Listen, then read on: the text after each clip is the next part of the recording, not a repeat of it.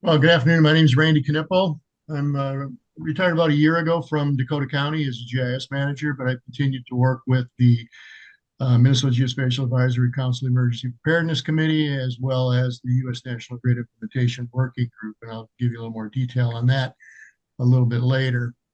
This is an introduction to the U.S. National Grid. I've given this presentation or variations of this many times in the past. If you've seen it before, please don't leave. Because what I would hope is that what you might be able to pull from this, if there is any information that you've already heard, is I might be able to pull some nuggets that you can use as you promote the use of the U.S. National Grid as well. And of course, all my materials and slides are available to anybody that would want to create their own presentation. But I'll try to cover the full spectrum here and then get into some updates at the end. First of all, when we think about GIS for emergency management, there's certainly a lot of fancy things that we could think about doing for visualization purposes with GIS and modeling. But when we think about the emergency management cycle, which there are different variations of this, but essentially it goes from response to recovery to mitigation and then preparation. And we can use GIS in each of these different phases to support those kinds of emergency operations. But right at this point with the yellow bar is when an event occurs. So we have some kind of a disaster or emergency event that requires attention. And what we need to think about as GIS professionals or emergency management folks that want to use GIS and mapping technology is what can we do with the least amount of resources, with the highest level of integrity or insurance that we're able to perform some kind of mapping services. You need to think about what happens if you don't have electricity, if you can't get to your computers, if you can't get to your servers, if there is no internet. If your answer to your emergency manager is, well, I got to wait until I've got my stuff back online, you've lost the edge. And so you need to be able to get down to the lowest common denominator and then be prepared to work your way back up from there. And of course, take advantage of all the great technology that you have available. So what does that mean? Well, it gets back to maps. Fundamentally, that's what we do. And at a very, very basic level, maps are very useful. And we all know that we most of what we do in GIS is digital with analysis and visualization, but in a worst case scenario, and even not in a worst case scenario, a paper map becomes very useful. It's something that people can relate to very easily.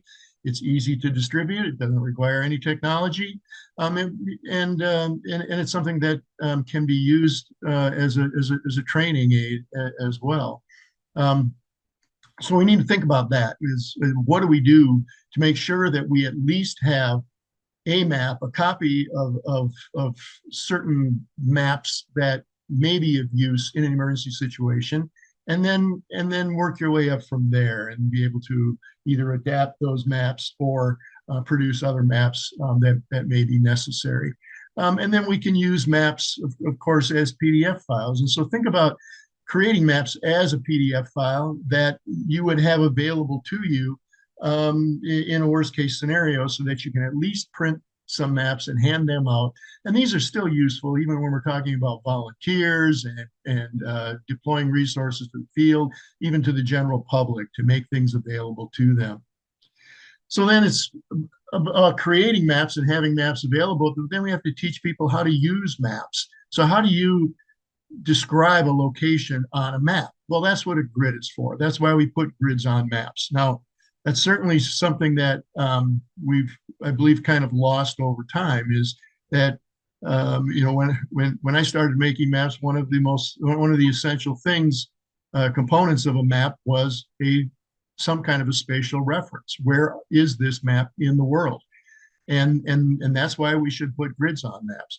And then we teach people if you want to describe a location on a map, you look at those numbers around the edges that assign numbers to those grid lines, and then read right and then up, or X and Y, or easting and then northing, however you want to look at it. But we always do it in that way. We read right first and then up. So when we can simply refer to grid 7556, and that is the lower left corner of a square on that map. And in the same way, we can go beyond just describing a single or a square on the map, and we can get to actually defining a point on the map. And so if we add one digit, now you can read right to 70 and then interpolate to 6, and then read up to 57 and interpolate to 5 and put a pin in it. Now we have a location within the grid square. Similarly, 734, right to 73, estimate to 4, up to 52, estimate to 7, put a pin in it, and so on. So what we're doing now is based on the scale of the map, essentially describing a point location on the map by using those grid lines and the grid numbers, and then interpolating 10 divisions within each of those grid squares to get to a discrete location on that map. Well, if we're going to put a grid on a map, it ought to be something that's interoperable with other jurisdictions across the entire U.S. And this represents that kind of a grid. It's a system that covers the entire U.S. And if we look at it in detail, this is the U.S. National Grid. The National Grid it has been a national standard since 2001. It's been adopted by several federal agencies: the Federal Emergency Management Agency, the Department of Homeland Security, the National Geospatial Intelligence Agency, and the United States Geological Survey. Significance of that is that the two on the left are the emergency management side of the federal government, and the two on the right are the mapping or geospatial side of the federal government. So it shows that both sides have adopted this as a standard. It's also been adopted formally by several states. It was adopted by Minnesota in 2009. It is the military grid referencing system. The whole purpose of creating the U.S. National Grid was to develop a standard location referencing system that everybody would use in the entire country based on the military grid referencing system, which has been around since World War II. This is nothing new. That means that it's also used by the National Guard and all NATO forces, which can be a factor in very large disasters. And so we want to be interoperable with the National Guard when they get deployed. In fact, the military grid referencing system is nothing more than a convenient notation for UTM coordinates. UTM coordinates, this is a universal transverse Mercator projection, covers the entire Earth. It allows for maps to be created that follow that transverse Mercator projection, allowing you to do accurate measurements on those maps in a rectangular coordinate system. So again, that's been around for a long time, and this is all standardized. This is nothing more than a convenient notation for UTM coordinates, and I'll show some examples of that. If we look at that map that I showed earlier, if you look at the blue lines and the blue letters here, you can see a 15T and a 15S and a 15R. That's UTM zone 15, UTM zone 14, UTM zone 16. And blue lines actually represent 6 degree by 8 degree sectors, dividing up that UTM zone into smaller chunks. And then the red lines in there represent the 100,000 meter increments of UTM coordinates. And then there is a alphabetic name for each of those. And you can see that you basically have a column of V, column of W, column of X, and so on, and then a row of A, B, C, D, E, and so on. And this has been developed for the entire planet so that those names for the 100 kilometer squares will represent a discrete 100 kilometer square within about 5,000 miles. So it really eliminates some of the complicated parts of UTM, as we'll see. So if we look at a USNG coordinate format, this is the full USNG coordinate location. 15T, 15 is the UTM zone. T is that 6 degree by 8 degree sector within zone 15. Victor Kilo, VK, is the 100,000 meters square of UTM coordinates.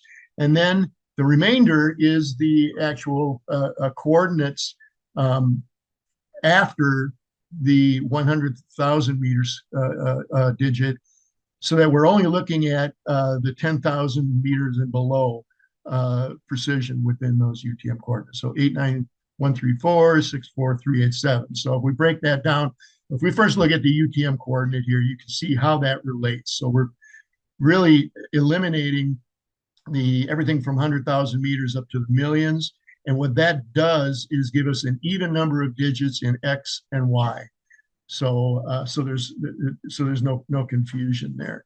So the first three digits are going to be the grid zone. The next two characters are the 100 kilometer square. And then the remainder is the easting, reading right or X coordinate, and then the northing or X or Y coordinate or for reading up. And what that means is now we have an even number of digits, and there will always be in meters from 0 to 99,999. Well, we can start to see some efficiencies once we do that. So here again is that full U.S. National Grid location reference. We can adjust the number of digits to represent the precision of our location. So if we use instead of 5 digits in X and Y, if we use 4 digits in X and Y, we are now representing a precision of 10 meters. If we're using 6 digits or 3 in X and Y, we're now representing a precision of 100 meters, and so on. So with 4 digits, we're representing 1,000 meters. So we can choose the level of precision that's necessary either to describe the location, if you're describing something like a football field or a landing zone for a helicopter, it may be sufficient to describe that using 4 digits instead of a full 10. Or if our measuring device or instrument or GPS only gives us a precision to a certain level, we would not want to try to represent that at a more precise representation. And then we can also add some efficiency by truncating 15 TVK. If we know our area of operation is completely contained to 15 Tango Victor Kilo, we don't need to keep saying it over and over and over again. We can simply refer to the grids. Or if you're just talking about a specific map, we need to know the context for that map in the larger UTM coordinate space. But for practical purposes and in general practice, we only need to use the coordinates themselves. So we label the grids at a certain resolution, and we can measure within those grids at the level of precision that's necessary. So now you can start to see even greater efficiency where we can use 8 digits to represent a location, or 6 or 4, whatever is the case. Well, what about alternatives? Well, the full UTM designation, 15 north, 489,134, 4,964,387. We have to say everything, or we will add some confusion. We just can't drop digits from this because we're giving the full coordinates. So we're not even able to represent any level of precision or anything like that. We have to say the whole thing.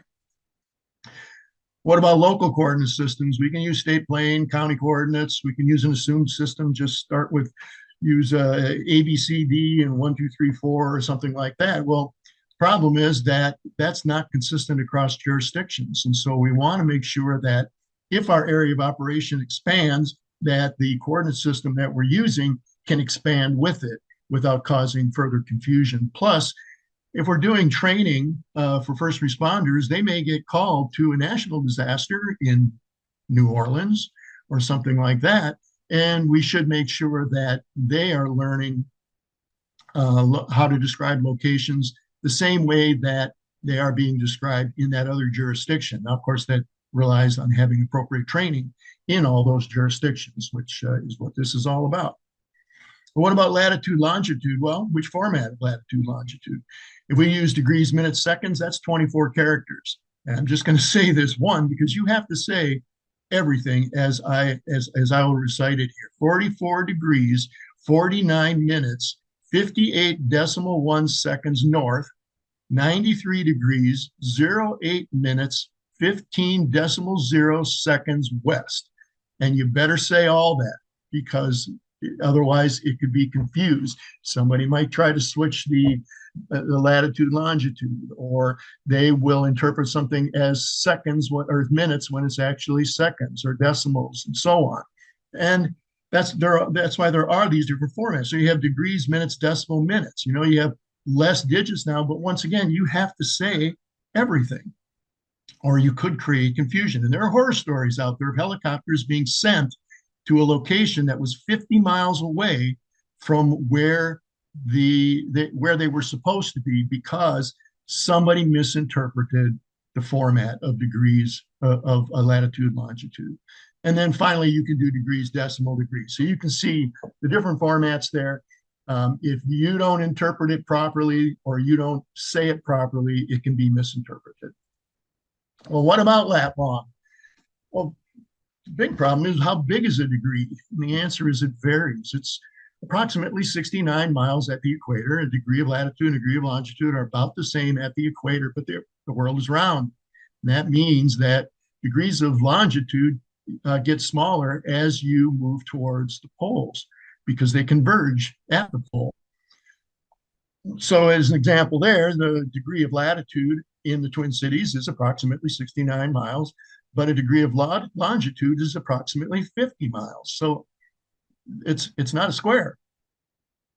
So fundamentally, distance calculations are difficult. Now, you certainly have programs that will give you the distance between two locations in latitude and longitude, but it's difficult to visualize. If you are given two locations in latitude longitude, I would challenge you to be able to visualize their spatial relationship and how far apart they are or where they are relative to each other, as opposed to using the USNG, which is based on a transverse Mercator projection and is always going to be in meters. And so what we're doing is applying geospatial science for practical purposes by simply using the UTM coordinate system. And if anybody wants to challenge me on this, I'd be happy to have that conversation. Okay, so the Land Search and Rescue Committee is composed of multiple federal agencies and organizations, and they've created a handbook that describes their operations. And an addendum to that is this georeferencing matrix. And you will see here that it says that they talk about the U.S. National Grid and degrees, minutes, decimal, minutes. So they've solved the one problem of which format of latitude, longitude are you supposed to use. You're supposed to use degrees, minutes, decimal, minutes. Nothing else when you're describing latitude, longitude. So that eliminates that confusion. But it does say that all land-based operations will use the U.S. National Grid as the primary location referencing system. But secondary is degrees, minutes, decimal, minutes. So we're not throwing that out. For interoperability purposes, we need to actually show both on our maps because it does show for aeronautical search and rescue operations, latitude, longitude will be the primary, but U.S. National Grid is the secondary. Now, it further says down in the notes that aeronautical resources that are supporting ground-based operations will use the location referencing system of the ground operation, which will be U.S. National Grid. So it's very important, and not everybody understands that necessarily or actually applies that in practice. So we need to help them understand that. Well, what's this all about? Well, ultimately, it's so that we can make sense out of this kind of a mess. We've got a major disaster. We've lost all visual references in the field. There are no street signs. There are no address numbers on buildings. You can't tell where one building stopped and the other one started. You can't see the streets even. It's a mess. So how do you make some sense out of this? Well, if you can overlay a grid on top of this kind of a mess by using GPS, now you can start to make some sense out of this. And then couple that with maps that were created before the disaster occurred, along with the training that goes with that. And on those maps, make sure that you have the key resources, critical infrastructure, vulnerable population represented on those maps. Now you can use the maps to navigate with GPS to specific locations that you find on those maps, or conversely, doing a search operation so that you know where you are. And as you move through this debris field, you are able to report back to an emergency operations center which areas have been cleared or where you have found things of importance within this debris field. And you would use the coordinates using GPS to do that. Here's an example. This was a story that I heard from the special operations team in Dakota County, which is actually composed of multiple representatives from multiple agencies, all with specialized training. And actually, the person that told this story was telling the story to their police chief's organization, who was asking, why do we need this grid system? And they had been given training on how to use the U.S. National Grid, and they got called out to do this search operation. And they knew about using the grid. They had GPS receivers, but their initial reaction was, well, let's just go do this. Let's get out there. We know how to do a search, and we're just going to comb through the area. And it took them about 15 minutes of crawling through thick underbrush and buckthorn and not being able to stay on a line, getting disoriented, losing track of each other. They decided that they were going to regroup, go back to their command center and pull out the maps, pull out the GPS receivers, and do it the right way. They had a map here that showed the 1,000 meter squares through this area of operation.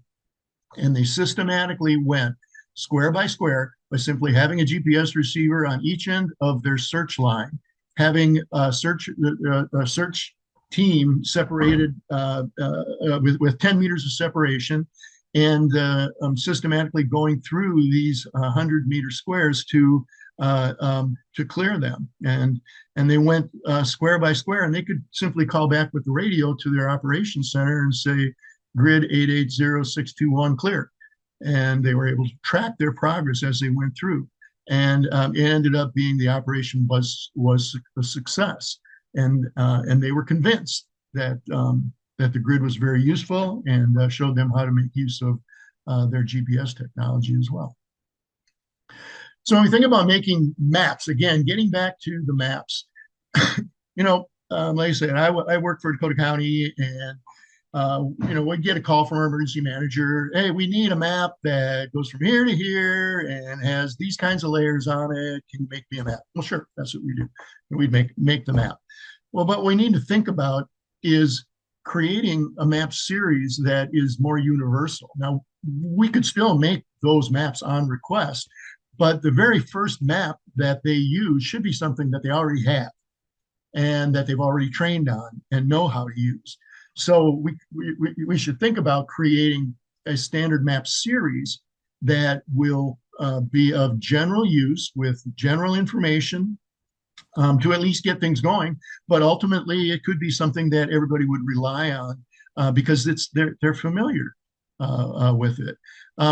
So then if we think about, here's an example of a map. It's one scale of 1 to 24,000, covers 10,000 meters by 10,000 meters of UTM. But what happens when we've got, we really need two maps? Our area of operation is really somewhere in the middle between these two maps. Well, it's very easy. It doesn't require any technology. If I got two paper maps that are adjacent to each other, I can simply cut, fold, tear, whatever, put the two maps together within the overlap, and now I've got a wall map that covers my area of operation. It doesn't require a whole lot of technology, and anybody can do it. It doesn't require a geospatial expert to do that. And there are other maps available. The USGS topo series are U.S. National Grid compliant. The UTM grid on the USGS topo maps, U.S. topos, is essentially a 1,000 meter U.S. National Grid. And it's got all the other information. It references the U.S. National Grid and so on. These are based on 7.5 minute by 7.5 minute quadrangle at a scale of 1/24,000. And they have approximately 20 meters of accuracy. So that means, and these are GeoPDFs as well. You can download them. They exist for the entire U.S. You can download them and make those available or print them. And they also include an aerial photograph as well, a number of different layers. It's a GeoPDF, so you also have a spatial reference for use within something like the Avenza PDF Maps app. In fact, the Avenza PDF Maps app does give you access to all of the U.S. topos.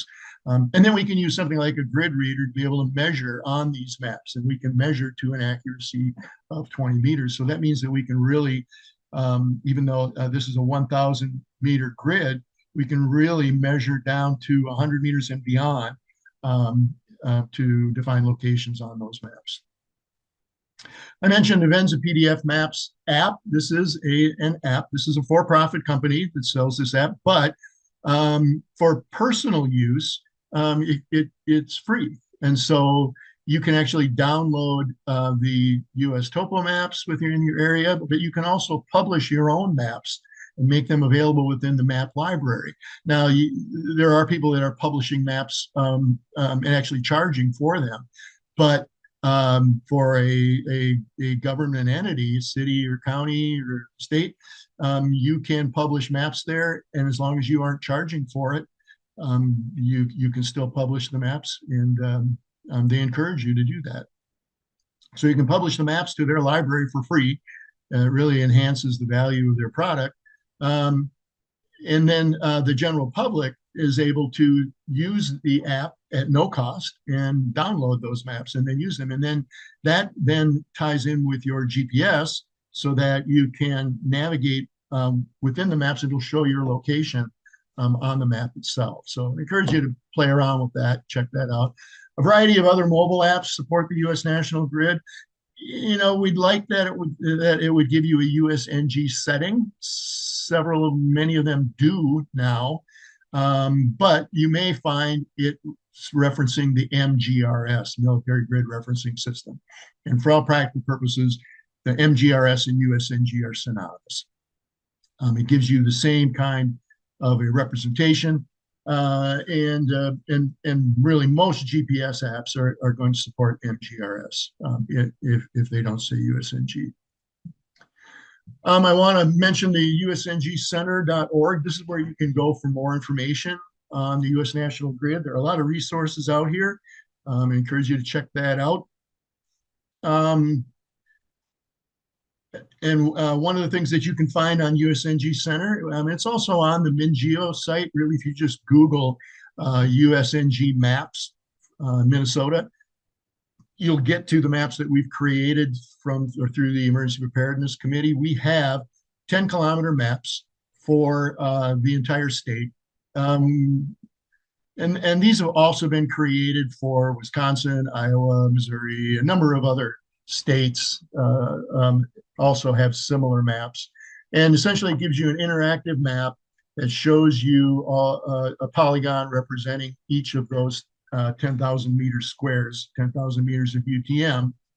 And by clicking on a square, then you're able to get either an aerial photo map or a topo map. These are just using the Esri-based maps, but they're consistent for the entire state.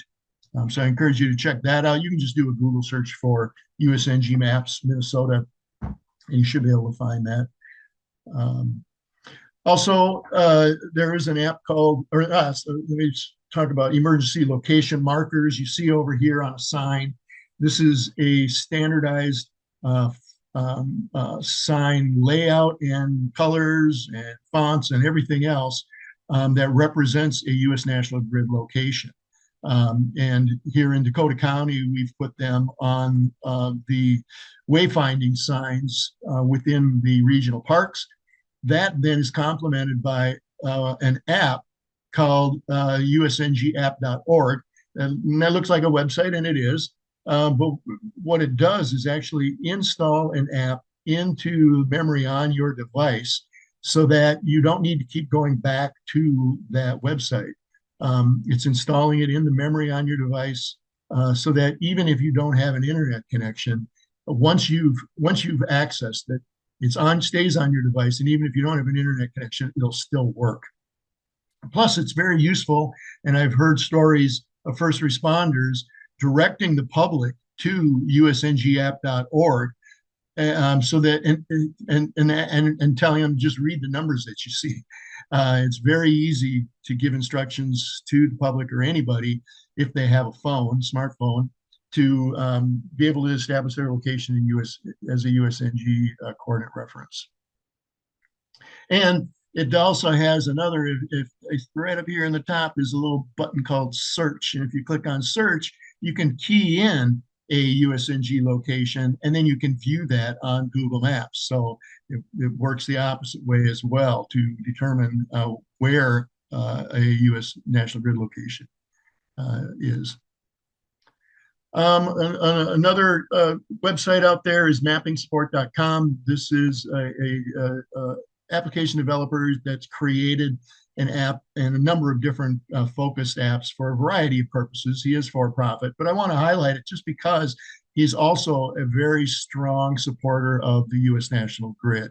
And one thing that's really good, you see when you zoom in, you can see the U.S. National Grid overlaid in varying resolutions as you zoom in, and finally getting all the way down to a 10-meter grid and being able to click on a location and see your location to a precision of 10 meters. So very useful. He also has a really good description of read why USNG is important. He's done a good job very succinctly describing why this is important, and encourage you to go there and check that out as well.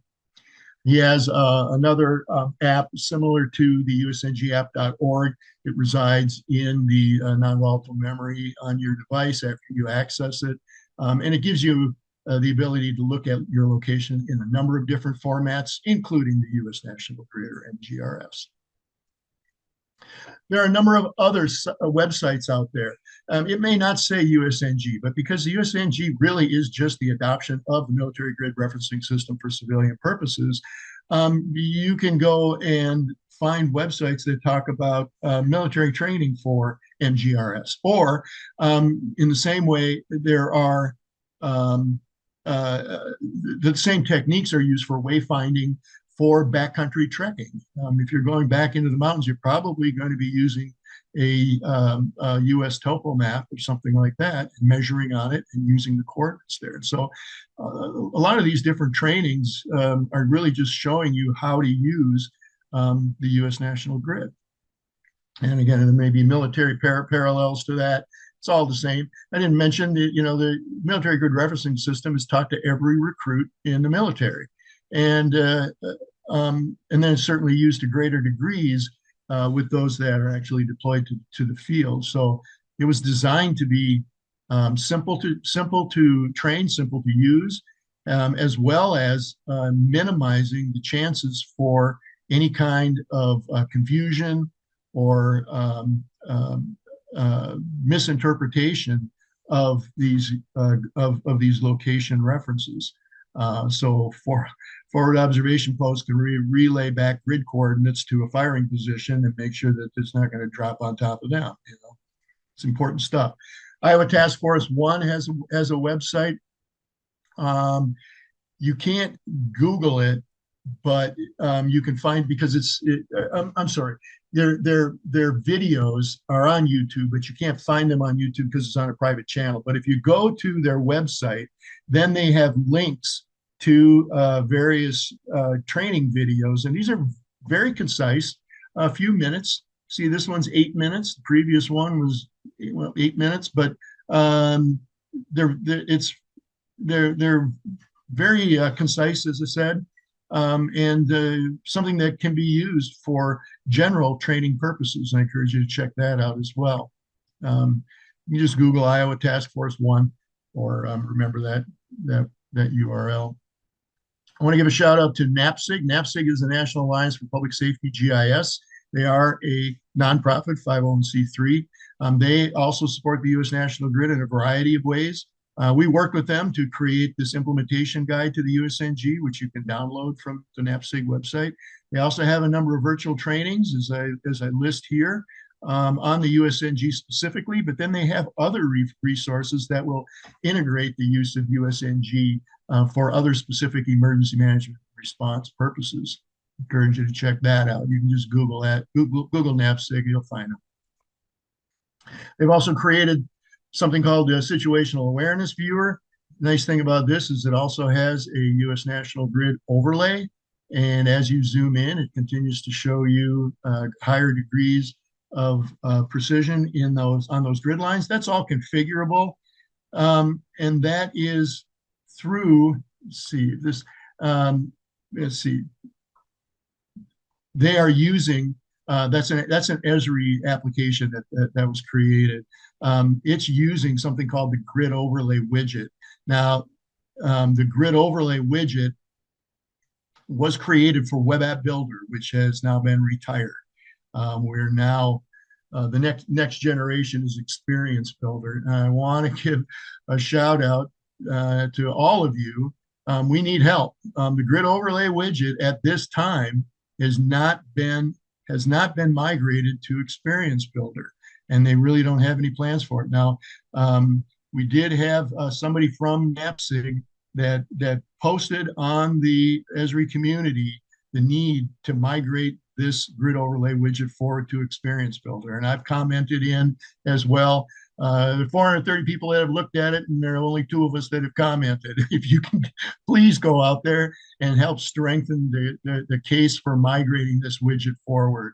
And we're going to take some initiative to approach Esri more deliberately and encourage them to do this as well. So it's a very nice widget, worked very well. I was very discouraged to find that it really had no plans to move it forward, but we're going to fix that.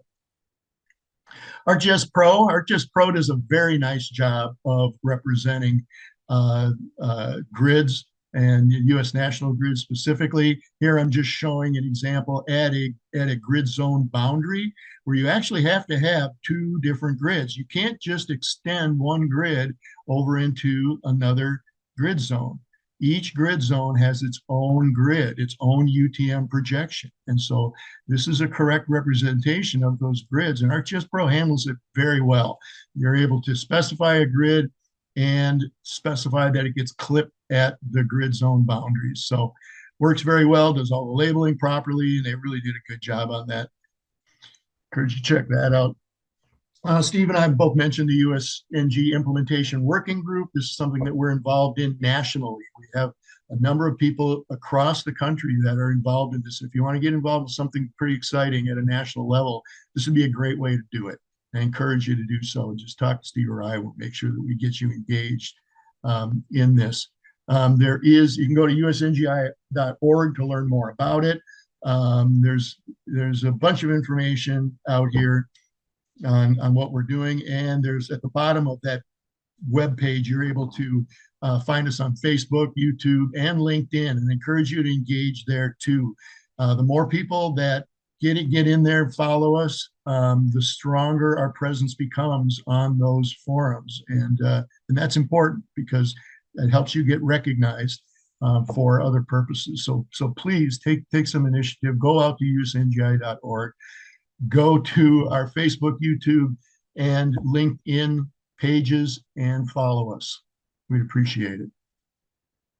One of the things that we've done with the Implementation Working Group is adopt and embrace the U.S. National Grid Wikipedia page. We have somebody that went through and spent a bunch of time updating this thing.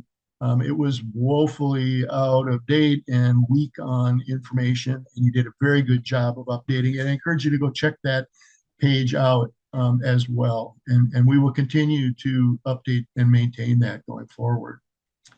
And a shout out for Shared Geo. Steve's very, I guess, reserved in his presence here, but this is Steve's brainchild here.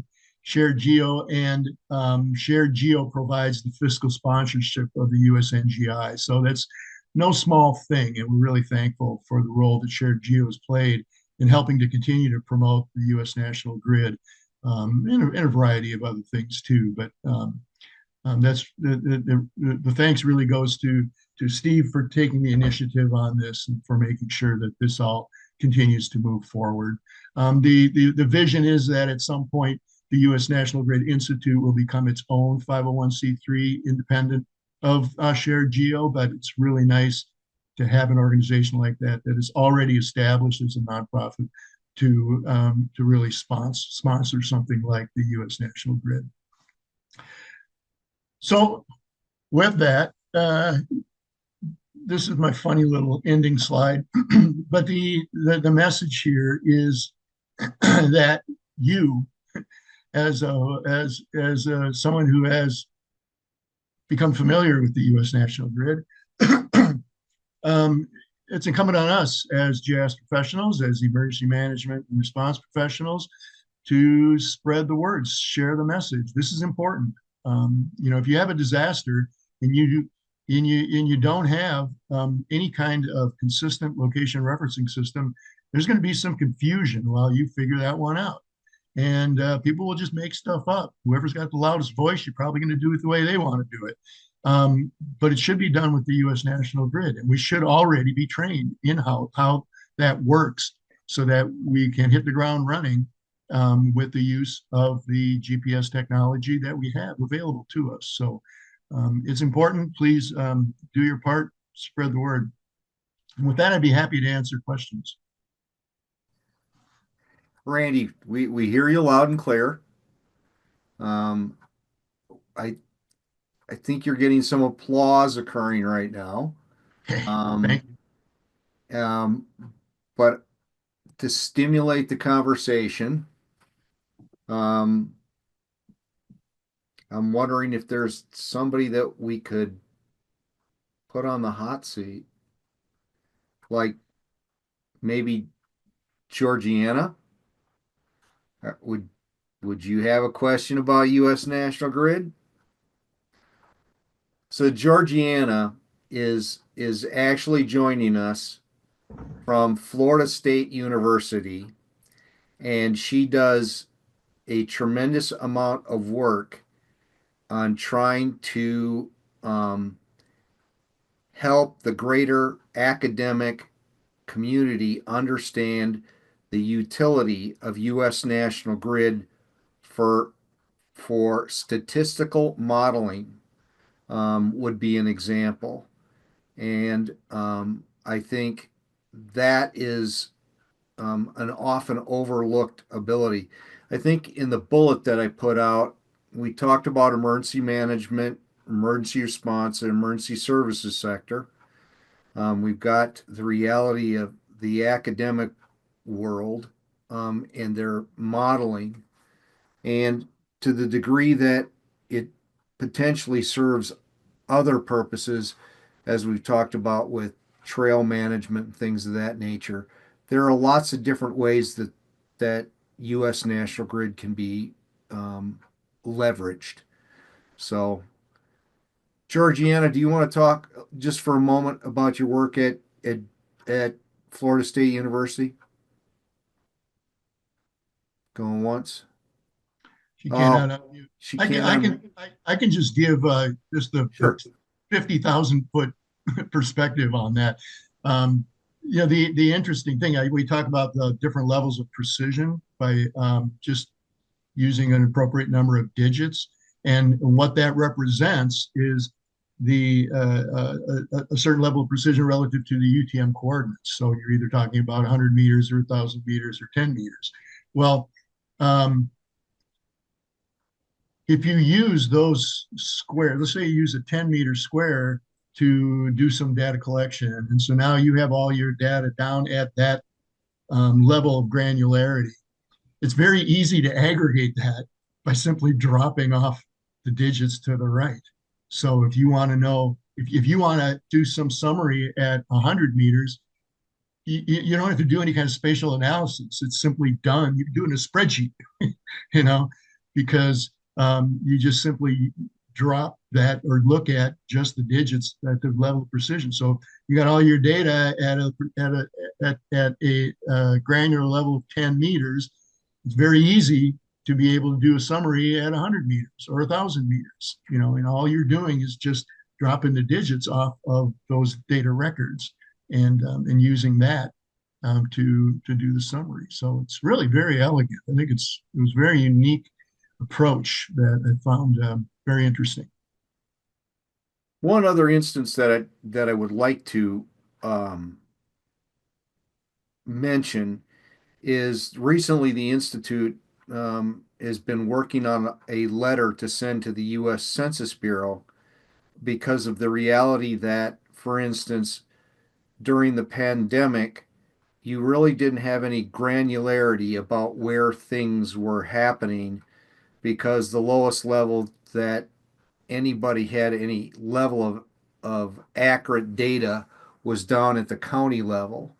And for a long time, the CDC has published, for instance, the flu map that shows by state whether or not they have an outbreak or not. Well, that doesn't really give you any sense of whether or not it's in your neighborhood or if it's, you know, at the other end of the state, up at Lake of the Isles or up at the border or whatever. So we're trying to encourage, um, and the Census Bureau is getting ready to make a determination as to how they will distribute data in the future so that it has utility for doing things like mapping down to the level of um, a disease outbreak.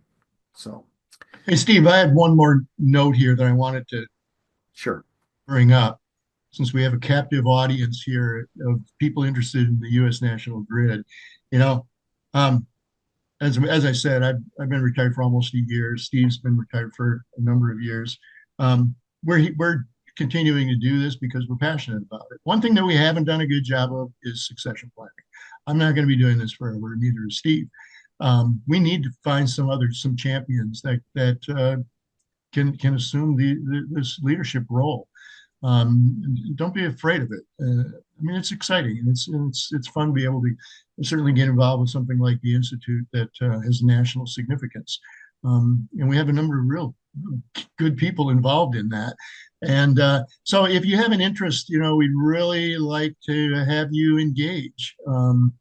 And we'll keep doing it for a while, but the sun will set eventually. And we don't want to see this die either. So please, if you have any interests or concerns about making sure that promotion and use of the U.S. National Grid continues, talk to us.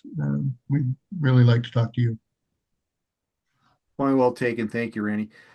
Georgiana's put um, in the chat.